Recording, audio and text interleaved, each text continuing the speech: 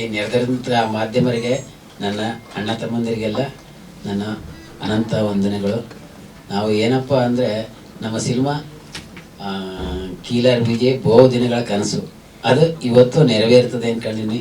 ನೀವೆಲ್ಲ ಪ್ರೋತ್ಸಾಹ ಕೊಟ್ಟರೆ ಜನ ಅದನ್ನು ನಮ್ಮ ತೆರೆ ಮೇಲೆ ಬಂದು ನಮಗೆ ಅತಿ ಹೆಚ್ಚಿನ ಸಂಖ್ಯೆಯಲ್ಲಿ ನನಗೆ ಪ್ರೋತ್ಸಾಹ ಕೊಟ್ಟರೆ ನಮ್ಮಂಥ ಬಡ ಕಲಾವಿದರೆಲ್ಲ ಬದುಕತೀವಿ.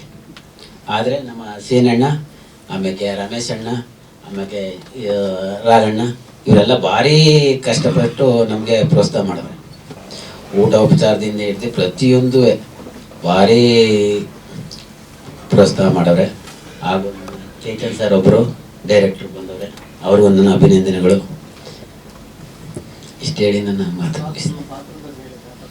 ಸರ್ ದಾಸಪ್ಪ ಅಂದರೆ ನನ್ನ ಇದೇ ನನ್ನ ಹೆಂಡತಿ ಏನು ಹೇಳಿದೆ, ಹೋಗಿ ರಾಗಿ ಅಕ್ಕಿ ಜಾಸ್ತಿ ಹಾಕಿಸ್ಕೊಂಬ, ಅದು ಮಾಡು ಇದು ಮಾಡು ಅಂತೆಲ್ಲ ಹೆಂಗಸರು ಬುದ್ಧಿ ಅದೆಲ್ಲ ಹೇಳ್ತಾ ಇರ್ತಾರೆ.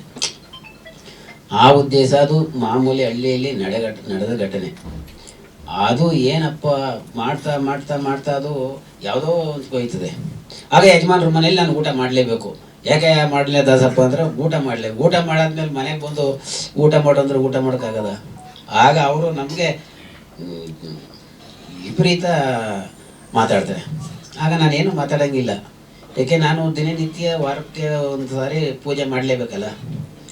ಏನಾರು ಒಂದು ನಮ್ಮ ವಿಜಯ್ ಸರ್ ನಮ್ಮ ಡೈರೆಕ್ಟ್ರು ಸ್ವಲ್ಪ ಅನುಗುಣವಾಗಿ ತಗೊಂಡು ಹೋಗವ್ರೆ. ನಮ್ಮ ಕ್ಯಾಮ್ರಾಮನ್ ರಾಜೇಶ್ ಅವರು ಏನು ಸೆರೆ ಹಿಡ್ದು ಇದೊಂದು ಸಿನಿಮಾ ಮಾಡವ್ರೆ. ಇದೆಲ್ಲ ನಿಮ್ಮಂಥವರೆಲ್ಲ ಪ್ರೋತ್ಸಾಹ ಕೊಟ್ಟರೆ ಮುಂದಿನ ಇದಕ್ಕೆ ಸರಿ. ಗ್ಯಾಪ್ ಆಗೋಯ್ತಂದರೆ ಹಿಂಗೆ ಇದೆಲ್ಲ ಸಣ್ಣ ಪುಟ್ಟ ಕರೀತಿದ್ರು, ಏನೋ ನಮಗೂ ಸ್ವಲ್ಪ ಹಿಂಸೆ ಆಗಿತ್ತು, ಹೋಗೋಕ್ಕಾಗಲಿಲ್ಲ. ಇವರು ಹೇಳಿದರು ಸುಮಾರು ಒಂದು 2-3 ತಿಂಗಳಿಂದ ಮಾಡಬೇಕು ತಮ್ಮಣ್ಣ ಅಂದರು. ಆಯಿತು ಬಿಡಪ್ಪ ಮಾಡಮ್ಮ, ನೀಟಾಗಿ ಎಂಥ ಇದು ಬೇಡ, ನೀಟಾಗಿ ಹಳ್ಳಿ ಸೊಗಡನ್ನೇ ತೆಗಿ ಮಾಡಿದ್ರೆ ಏನೂ ಆಗೋದಿಲ್ಲ, ಆಯ್ತದೆ ಅಂತ. ಅದು ಕಾಲಕ್ರಮೇಣ ತಳ್ಕೊಂಡು ಇವತ್ತು ಕೂಡದೆ. ನಾನು ಒಂದು 12 ದಿನ 13 ದಿನ ಮಾಡಿದ್ದೆ. ತೃಪ್ತಿ ಎಲ್ಲ ಕಡೆ ನಮ್ಮ ಸೀನಣ್ಣ, ರಾಘಣ್ಣ, ಆಮೇಲೆ ರಮೇಶ್ ಅಣ್ಣ ಅವರೆಲ್ಲ ಭಾರಿ ಮನೆ ಮಕ್ಕಳಂಗೆ ನೋಡ್ಕೊಂಡವ್ರೆ. ಉಂಡಿರೋದು ನಾವು ಯಾವತ್ತೂ ಮರೆಯಂಗಿಲ್ಲ, ನಾವು ನೆನ್ಕೋಬೇಕು.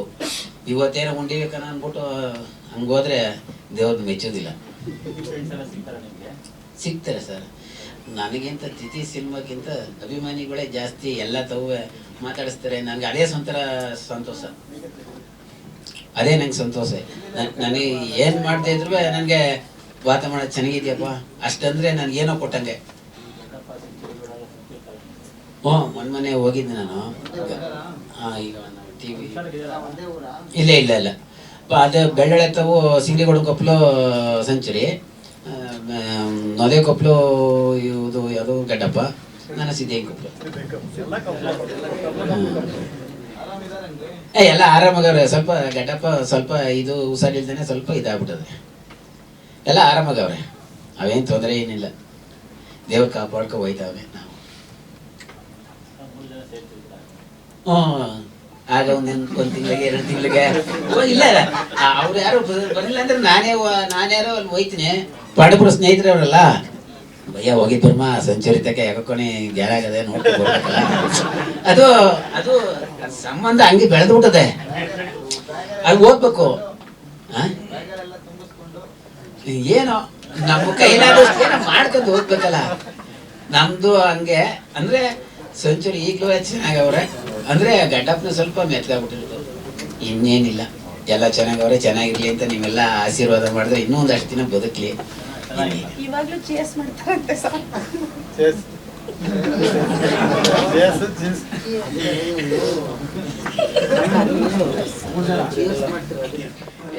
ಅದೇನ ಹಂಗಿಲ್ಲಪ್ಪ. ಮನೇಲಿ ಬಿಡ್ತಾರ ಹೋಯ್ತದೆ ನಮ್ಗೆ. ಇವ್ರು ಏನೇನೋ ಮಾತಾಡ್ತಾರೆ. ಏನಾರ ಅಲ್ಲೇನಾರ ಆದ್ರೆ ಸಾಯಂಕಾಲ ಹೊರಗಡೆ ಕೂತ್ಕೋಬೇಕಾಯ್ತು. ಸತ್ಯ ಸತ್ಯ ಸತ್ಯ. ಅಲ್ಲಲ್ಲ ಇವ್ರೇನು ನಡೀತದೆ, ಇವ್ರದ್ದು ನಮಗ್ ನಡೀತಿಲ್ಲ. ಸುಮ್ಗೆ ನಾವೇನ ಇಲ್ಲಿ ಕುಂತಿ ಮಾತಾಡೋದಲ್ಲ, ನಮ್ಗೆ ಎಲ್ಲ ಊಟನೇ ಇರೋದಿಲ್ವಲ್ಲ. ಒಳಕ್ಕೆ ಕರೀತಿಲ್ಲ ಅಂದ್ರೆ ಊಟ ಎಲ್ಲಿ ಬಂದದು?